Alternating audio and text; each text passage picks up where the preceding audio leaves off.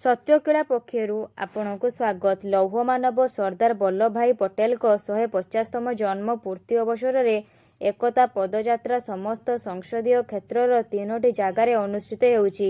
ଏହି ପରିପ୍ରେକ୍ଷୀରେ ବାଲେଶ୍ୱର ସଂସଦୀୟ କ୍ଷେତ୍ରର ପ୍ରଥମ ପର୍ଯ୍ୟାୟରେ ନୀଳଗିରିଠାରେ ଆୟୋଜିତ ହୋଇଥିଲା, ଯାହା ମାନ୍ୟବର ମୁଖ୍ୟମନ୍ତ୍ରୀଙ୍କର କରକମଳରେ ଉଦ୍ଘାଟିତ ହୋଇଥିଲା। ଦ୍ୱିତୀୟ ପର୍ଯ୍ୟାୟ ଭୋଗରାଇଠାରେ ଅନୁଷ୍ଠିତ ହୋଇଥିଲା। ତୃତୀୟ ଏବଂ ଅନ୍ତିମ ପର୍ଯ୍ୟାୟ ବାଲେଶ୍ୱର ସଦର ଏବଂ ରେମୁଣାରେ ଅନୁଷ୍ଠିତ ହୋଇଯାଇଛି। ଭୀମପୁରାସ୍ଥିତ ସ୍ପୋର୍ଟସ ହଷ୍ଟେଲ ପଡ଼ିଆଠାରେ ଉଦ୍ଘାଟନୀ ସମାରୋହ ଆୟୋଜିତ ହୋଇଯାଇଛି। ମଞ୍ଚରେ ମୁଖ୍ୟ ଅତିଥି ମାନ୍ୟବର ସାଂସଦ ପ୍ରତାପ ଚନ୍ଦ୍ର ଷଡ଼ଙ୍ଗୀଙ୍କ ସମେତ ମାନ୍ୟବର ବିଧାୟକ ରେମୁଣା ତଥା ସରକାରୀ ଦଳର ମୁଖ୍ୟ ସଚେତକ ଶ୍ରୀ ଗୋବିନ୍ଦ ଚନ୍ଦ୍ର ଦାସ, ମାନ୍ୟବର ବିଧାୟକ ସଦର ଶ୍ରୀ ମାନସ କୁମାର ଦତ୍ତ, ଜିଲ୍ଲାପାଳ ଶ୍ରୀ ସୂର୍ଯ୍ୟବଂଶୀ ମୟୂର ବିକାଶ, ଉପଜିଲ୍ଲାପାଳ ସଦର ଏବଂ ନୀଳଗିରି ଅତିରିକ୍ତ ଜିଲ୍ଲାପାଳ, ସିଭିଲ ସୋସାଇଟି ପ୍ରତିନିଧି ଈଶ୍ୱର ବେହେରା ଉପସ୍ଥିତ ଥିଲେ।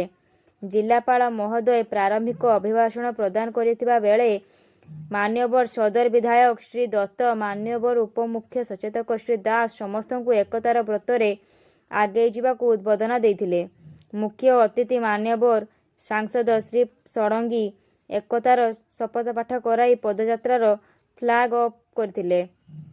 ସହସ୍ରାଧିକ ଛାତ୍ରଛାତ୍ରୀ, ମହିଳା, ଜନସାଧାରଣ, ସିଭିଲ ସୋସାଇଟି ସଦସ୍ୟ, ସ୍ୱେଚ୍ଛାସେବୀ ଆଦି ଏହି ପଦଯାତ୍ରାରେ ଯୋଗଦାନ କରିଥିଲେ।